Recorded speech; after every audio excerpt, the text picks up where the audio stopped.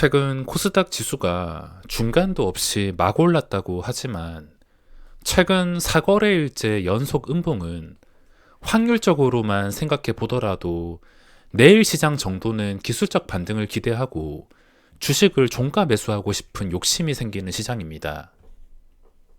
오늘 시장은 참 무섭습니다. 그동안 종목들이 한두 개도 아니라 너무 단체로 많이 올라와서 그런지 지금은 자리에 대한 지지라는 개념 자체가 없어져 버린 시장입니다. 올라갈 때도 중간도 없이, 그리고 지금 내려올 때도 중간이라는 게 없습니다.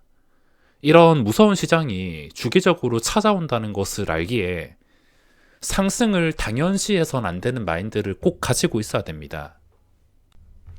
우리나라 시장은 중력을 가지고 있습니다. 올라가면 무조건 거품이 꺼지게 되어 있으며 올라가는 도중에는 10가지 이상 온갖 소설을 써서 신규 투자자들을 유혹합니다. 거품이 꺼지는 것은 당연합니다. 근본은 변한 게 없는데 주가를 올리는 과정이 레버리지를 이용한다던가 인위적인 수급으로 주가를 올리는 과정이 반복되기 때문입니다. 우리나라 시장이 거품이 꺼지는 과정을 지금처럼 반복하지 않고 코스피가 계속 3,000, 4,000 또는 코스닥이 1,000, 1,500, 2,000 이렇게 올라가기 위해서는 제 생각에는 단 한 가지 방법밖에 없습니다. 정말 눈부신 고성장을 해서 나라에 빚이 아니라 질 좋은 돈이 많아져서 그 돈들이 고객 예탁금으로 주식시장에 꾸준하게 늘어나는 방법밖에 없다 생각하는데, 근데 이건 경제를 모르는 제가 보더라도 아마 쉬운 일은 아닐 것입니다. 우리나라 주식시장은 돈이 없습니다. 부동산처럼 전부 레버리지로 쌓은 상승이지, 제가 하는 말의 시스템에 대해서 조금이라도 이해하신다면 최소한 내가 이 주식시장에서 뭘 해야 되고 어디에서 주식을 사고 팔아야 되는지 정도는 생각해 보실 수 있을 것입니다. 자, 오늘 4월 25일 화요일 시장은 B2에 대한 경고를 주는 시장 같습니다. 저는 B2를 좋게 생각합니다. 저 역시도 500만 원부터 모든 매매에 미수를 사용했기 때문에 저도 빛의 도움 없이 여기까지 올 수가 없었을 것입니다. 당연한 말이지만 빛을 잘 활용한다면 최고의 기회지만 지금 현실은 B2를 잘못 이용하시는 개인 투자자분들이 제 생각에는 90%, 거의 대부분이라 생각을 하고 있습니다. 지금 무서운 게 뭐냐면 주식시장에 절대 변하지 않는 과학의 법칙을 적용해 본다면 오늘 하락은 하락에도 속하지 않는다는 겁니다. 진짜 하락장이라서 이제 매수해 볼까 생각하는 시점은 신용잔고가 바닥이 나야 되는 시점인데 지금 고점에서 증시가 하락했는데 신용잔고는 그대로다.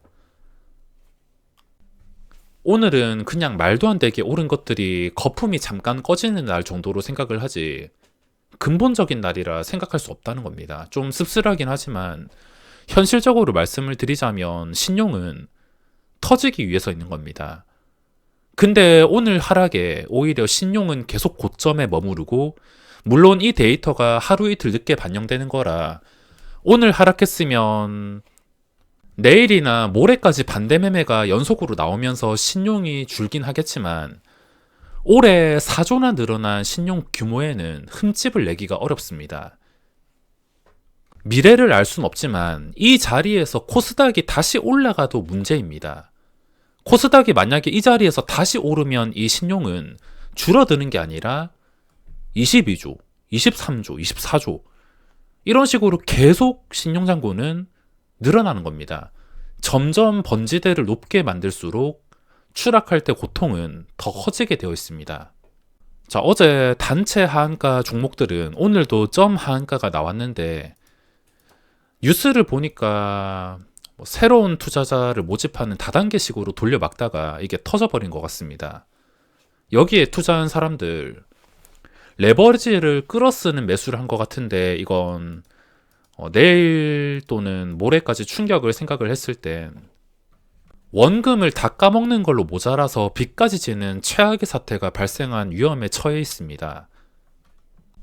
어젯밤에 뉴스에도 보도되어서 주가 조작 의혹을 받고 있는 종목들이 하한가를 갔는데 그냥 이 종목들만 폭락하면 되는 거 아니냐라 생각할 수 있지만 지금 시장의 전체 하락은 신용에 대한 경고를 해주고 있습니다. 조금 소름 돋는 사실이 있다면 1월부터 지금까지 4개월 연속 지수가 상승했습니다. 근데 1월 첫 거래일부터 현재까지 늘어난 고객 예탁금은 고작 2조 3천억 정도가 증가했습니다. 지금 2차전지 종목들의 시가총액이 커진 체감만 보더라도 이 정도면은 고객 예탁금은 최소 60조, 많게는 65조까지 되어야 될 수준의 체감인데 하지만 1월과 거의 달라진 것 없이 고작 고객 예탁금은 2조 3천억이 증가했습니다. 근데 여기 신용잔고를 보면은 1월 초부터 지금까지 신용잔고는 무려 4조가 늘었습니다. 고객 예탁금은 1월부터 현재까지 고객 예탁금은 2조 3천억 증가, 그리고 신용잔고는 약 4조 증가. 제 생각에는 만약에 우리나라 시장이 진짜 우량해서 계속 올라갈 시장이면 신용잔고가 4조 증가할 정도면 고객 예탁금은 적어도 10조 원 정도 증가해야 맞다 보고 있는데 고객 예탁금은 거의 증가하지 않은 상태로 신용이 증가를 했다는 것은 주가가 이때까지 올라온 방식이 모래성 같은 구조로 올라왔다고 추측을 할 수가 있으며 모래성처럼 주가가 올라왔다면 거품이 꺼지는 속도는 엄청나게 무서울 것입니다. 지금 이 신용잔고의 작품은 최근 하한가 간 종목들처럼 최악의 주가 조작은 아니겠지만 확실한 것은 신용으로 레버리지를 최대한 끌어써서 이 작품을 만들었다는 것이며 이 작품들은 신용잔고 과학의 법칙을 적용해 봤을 때 결국에 터질 수밖에 없다라는 겁니다. 이로써 지금 주식시장이 어떤 식으로 쌓여져 왔는지 실체를 보여주고 B2가 언제라도 한순간에 무너질 수 있다는 것을 어제 이 종목들을 통해서 시작으로 시장이 경고를 해준다는 메시지로 해석을 해야 될 것 같습니다. 항상 반복되는 역사에 아주 단순한 당연한 이야기겠지만 우리나라 시장은 올라갔다 하면 신용잔고가 무섭게 늘어납니다. 저도 미수거래를 정말 좋아했기 때문에 이 신용이 나쁘다고 할 수 없지만 지금 거의 대부분의 투자자분들이 이 레버리지를 위험하고 잘못 고점에서 사용하고 있다는 게 씁쓸할 뿐입니다. 이 레버리지를 사용할 수 있는 것은 딱 두 가지 상황이 있습니다. 크게 첫 번째는 자신만의 확실하고 안전한 그동안 경험으로 축적된 그런 안전한 매매 방법이 있을 경우에만 단타를 하든 뭘 하든 그때는 레버리지를 충분히 사용할 자격이 있다 생각합니다. 두 번째는 주가가 합리적일 때 사용하는 것이며 합리적이라는 것은 지금처럼 지수가 올라갈 때 계속 신용잔고가 늘어날 때 같이 따라가는 게 아니라 남들과 생각을 반대로 해서 반대 매매가 쏟아지고 신용잔고가 합리적인 구간까지 줄어들었을 때 그때 자신이 관찰하던 좋은 기업을 아주 합리적인 가격에 사는 것, 그게 레버리지를 잘 이용하는 방법입니다. 이 두 가지 말고 레버리지를 끌어서 사용한다는 것은 말 안 해도 정말 위험하고 무모한 짓, 언제라도 한 방에 깡통 찬다 하더라도 이상할 게 없는 리스크를 부담하는 방법이며 신용잔고는 제가 이때까지 지겹게도 말하는 부분이지만 그냥 과학입니다. 지금 만약에 지수가 다시 반등해서 광기로 인해서 고점까지 다시 갖다 놓는다 하더라도 신용은 줄어드는 게 아니라 계속 늘어납니다. 늘어날수록 터질 확률, 충격을 받을 확률이 점점 올라갈 것이며 그게 반복되다가 결국에 회복이 안 되는 순간이 올 텐데 그 회복이 안 되는 순간에는 고점에서 매수한 신용 매매자들이 전부 다 뒤집어 쓰는 겁니다. 이 모든 상황을 피하기 위해서는 자기 매매가 있으면 자기 매매에만 충실하면 되는 것이며 단타가 아니라면 반대로 이 신용이 합리적인 구간까지 내려오기를 기다리는 게 지금 할 수 있는 최선이라 생각을 하셔야 됩니다. 이 방식만 지키더라도 상위 1%는 아니더라도 상위 10% 이내의 투자자가 될 수 있다고 저는 자신하고 있습니다. 자, 그러면 신용장고는 도대체 언제가 저점일까? 도대체 언제 사야 될까? 주식은 매수 타이밍이 그렇게 자주 찾아오진 않습니다. 주기적으로 폭락은 이렇게 찾아오긴 하겠지만 자주는 찾아오지 않습니다. 길면은 지금부터 최소 1년에서 길게는 3, 4년까지 신용이 줄어들지 않을 수도 있습니다.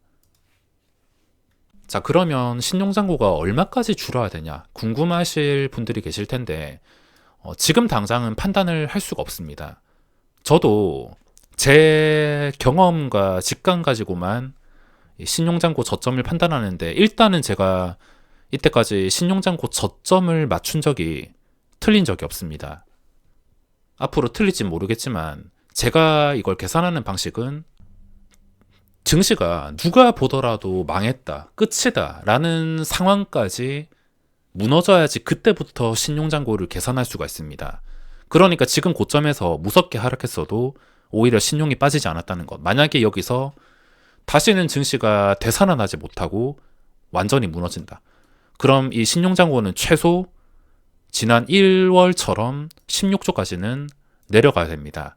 근데 내려가지 않고 증시가 반등해가지고 신용잔고가 최고점에서 또 21조, 22조까지 갔다, 한 23조까지 갔다 가정을 했을 땐, 그때도 내려왔을 때는 16조보다는 조금 더 쳐져서 17조, 18조 이렇게 계산을 할 수가 있으며, 그때 가서 지수의 위치와 고객 예탁금을 비교해서 계산을 해줘야 되며, 지금 당장은 알 수가 없는 게 일단은 기술적 반등이 나오는 상황에서 증시가 다시 회복을 할 수 있을지 없을지를 판단하는 게 우선이라 볼 수 있겠습니다. 저 같은 경우는 오늘 시장에서 어떤 계획을 세웠냐면, 우선 오늘 될 수 있으면 매매 좀 해보자 생각했던 종목이 애경케미칼이랑 한농화성, 하림지주 등이 있었습니다. 제가 핫다를 잘 안 하는 편인데, 만약에 하림지주에서 오늘도 어제 하한가에서 거래량이 터졌는데 오늘 만약에 점하로 시작을 해버린다, 이게 동시효과 보일 때 8시 40분쯤에 매도 잔량이 하한가에 300만 주 쌓여 있었는데 이걸 서로 체결될 거라고 덤볐다가 30%짜리가 매수가 안 붙었으면은 하한가에서 출발하는 잔량이었는데, 이게 서로 핫다를 할 거라고 몰리다 보니까 그만큼 먹을 자리가 줄어들었습니다.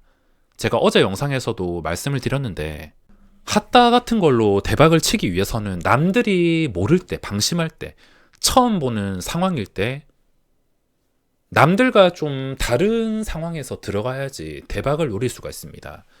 그 상황이 오늘 점하로 시작하는 구간이었는데, 서로 체결될 거라고 30%에서 그 VI가 걸린 시간 동안 2, 3분 동안 30%에서 15%까지 올렸습니다. 거래는 안 되는데 VI 걸린 상태에서 15% 올려서 시작을 했다는 것은 그 15% 먹을 자리가 사라졌다는 겁니다.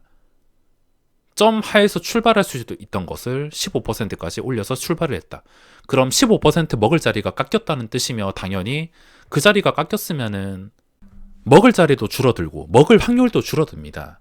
우르르 몰려가지고 이런 동시효과를 올릴 때, 장 초반에 동시효과도 그렇지만 시간의 단일가 거래할 때도 마찬가지입니다. 시간의 단일가에서 어떤 종목이 오를 때 우르르 다 따라오면서 호가가 갑자기 높아진다면 그건 따라가선 안 됩니다.